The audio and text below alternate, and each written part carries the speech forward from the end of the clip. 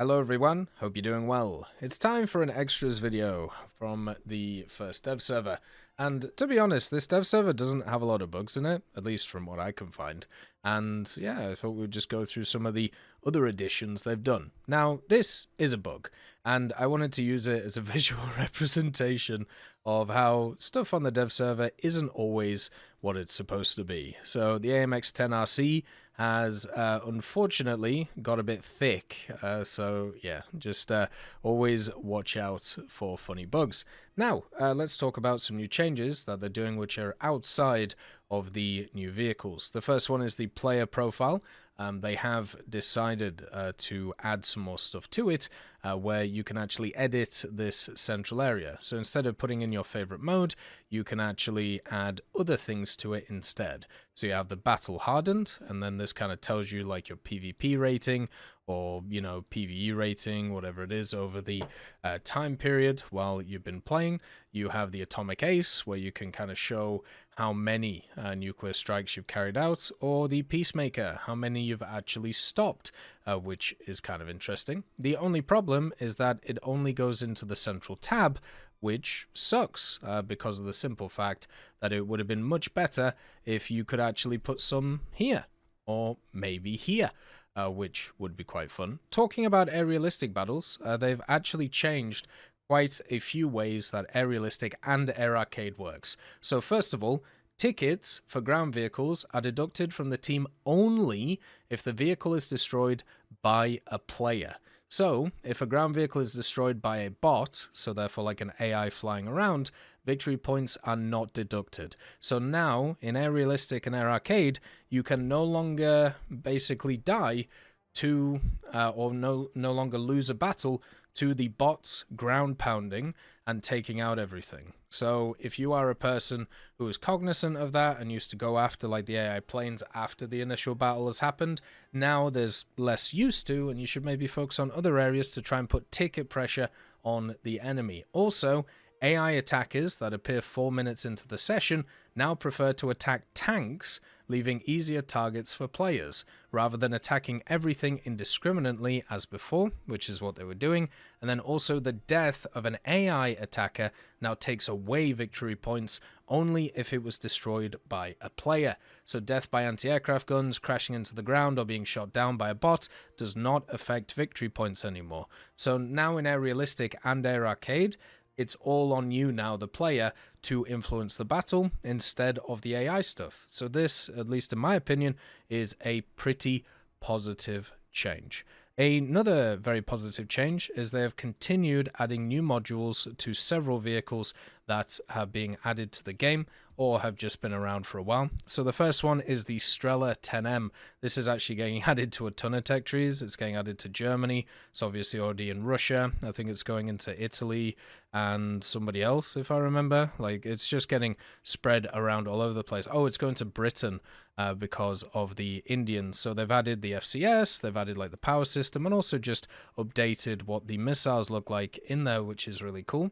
The next vehicle that they've changed is the Falcon. The Falcon will lose a bit of its punch, but generally should still be fine because most of the time you're supposed to shoot first anyway with the vehicle. So it actually has the horizontal aiming drive, the power system now, the fuel tank modeled, and also all of the stuff in the turret, which is really cool. The M247, the Sergeant York, is another vehicle that they have prioritized to be able to give it its full updated X-Ray 2 with the FCS and also all of the little radio stations, the horizontal there and the big old vertical, and the driver controls. The Centauro 105 and all of its variants have also got their updated models too, so that's something that you can see in the game with access to the horizontal, the fuel tanks, the FCS, and also some of the other areas such as the driver controls. So yeah, it's actually really cool that they are slowly but surely adding all of these in. It obviously adds an extra layer of realism to the game, but also an extra layer that they have to balance around, which is fair.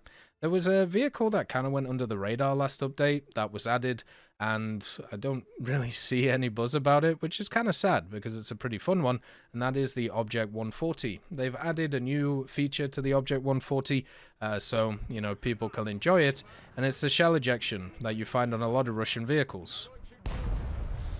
So it pops out the back right there, and then kind of falls off the back of the vehicle. And yeah, I generally think this is one of those kind of like unsung little animations, which is really fun. And you can obviously pop it anywhere it goes, it rolls away, and I would say that's pretty cool. The T1E1 also got an update, which is really nice.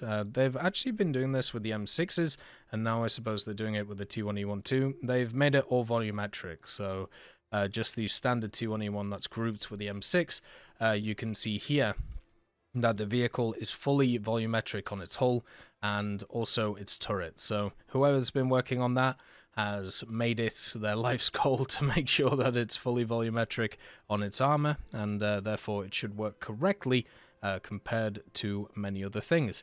A nice little change to some AAs as well. So the Florak Panzer, the Florak Rad, the XM975, the Osas, the Tunguska, the Panzer, and the Ito, you can actually see something really cool on it now. So on the radar, it doesn't just track the enemies or the other planes that are around or the missiles coming in. You can actually see your own missile in flight. So I'll demonstrate it with the Florak Panzer because the missile is awful, so it flies all over the place. But just watch for a little dot here, and you can see that it actually shows you where your missile is going and the trajectory that it's on while it's going around. So I think that's actually really cool, and it means that it's easier for you to kind of, you know, work out where your missile is going towards a target. So if you're trying to hit this one, you know, you can see it kind of fly around and do its own thing on the radar, so you don't have to look specifically at anywhere else. So that's coming to a bunch of vehicles, and I generally think those little changes are really cool. Do you remember one of the changes that was made last update was to some of the M60s, specifically the AOS, the Rise, and the Rise Passive? This change actually helped out these vehicles quite a lot.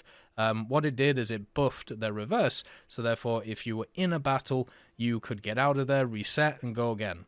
Well, they've changed it back. So instead of it being 11 kilometers an hour backwards, it is now back to 8 again. So no buff for UM60s, you get overpressured in the turret instead. The other change, which is pretty cool, is the Super Étendard. This vehicle got a big update to its CAS capabilities, the Super Étendard specifically, where they have given it access to additional Paveway 2s. So you have the Paveway 2s on these outer pylons now, so you can bring 6 of them, and you can bring the Atlas 2 targeting pod. So overall, this one should be a bit of a menace in air, which will be really nice. But a other vehicle which won't be as much of a menace in ground is the F4D. They have nerfed it in some kind of weird ways. The F4D is actually really fun to fly, by the way. Good speed, good maneuverability, tons of missiles. Generally works pretty well for the BR. But they have removed the ballistic computer for the guns and the rockets. So you're just going to have to aim properly with them if you want to do a bit of ground pounding. But generally, I would say the way to use this thing is more of a air-to-air vehicle, but I'm sure there's some people who enjoyed it in the ground sense too. The economy and research stuff, they have actually done quite a few things with this too. The ARLs have changed, one specifically, which I'm surprised it took this long to actually change it. So the ARL 44, this vehicle used to be classed as a tank destroyer for the longest time, basically since it was added to the game. But now it's a heavy tank. So they finally decided it's a heavy tank, and it's been moved from the tank destroyer line in the tech tree, which is this one where the M44 was. They've moved it to group it with the M4A3E2. So it's made the Jumbo cheaper to research, which is nice. They've also done this with quite a lot of other things. So the AMX-10M, for example, is now folded with the AUF-1, so that's a little bit easier to deal with. The good old Rochev and the Zaklam Tega are now together as buddies. The Sturm Meal has changed in BR again. It has been lowered once again and it's now 4-0, and it's ranked 2, and now it's in a group with the Dickermax. And then also they've added the M44 to the 88mm in the German tech tree. The Wirbelwind has also been added together with the Ostwind in this area in rank 3, which is kind of crazy.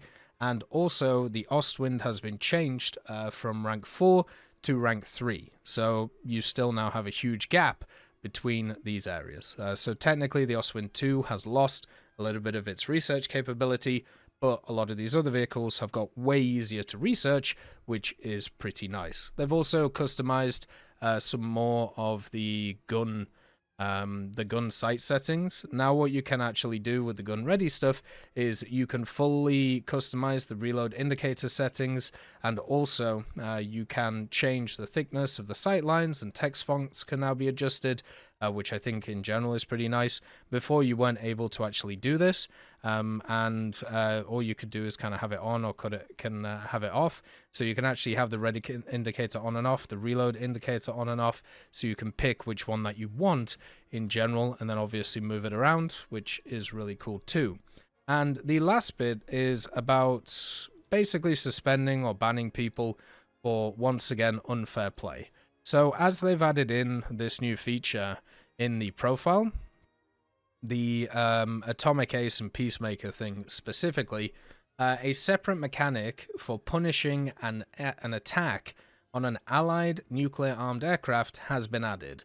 So when any damage is inflicted on such an aircraft, the player is awarded penalty points in the amount necessary to disconnect them from the current game session.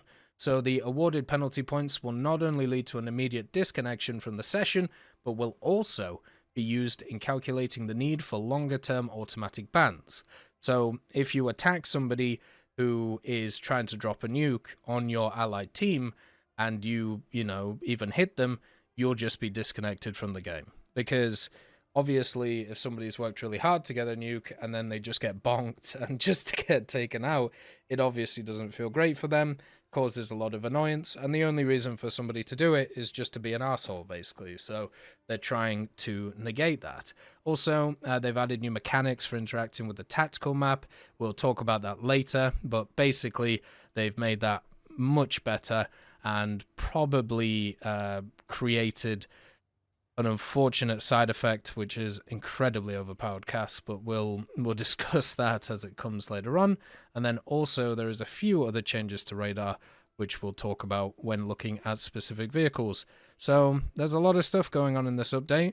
A lot of it actually works right now, which is really cool. But as always, I hope you have a wonderful day, and I'll see you next time.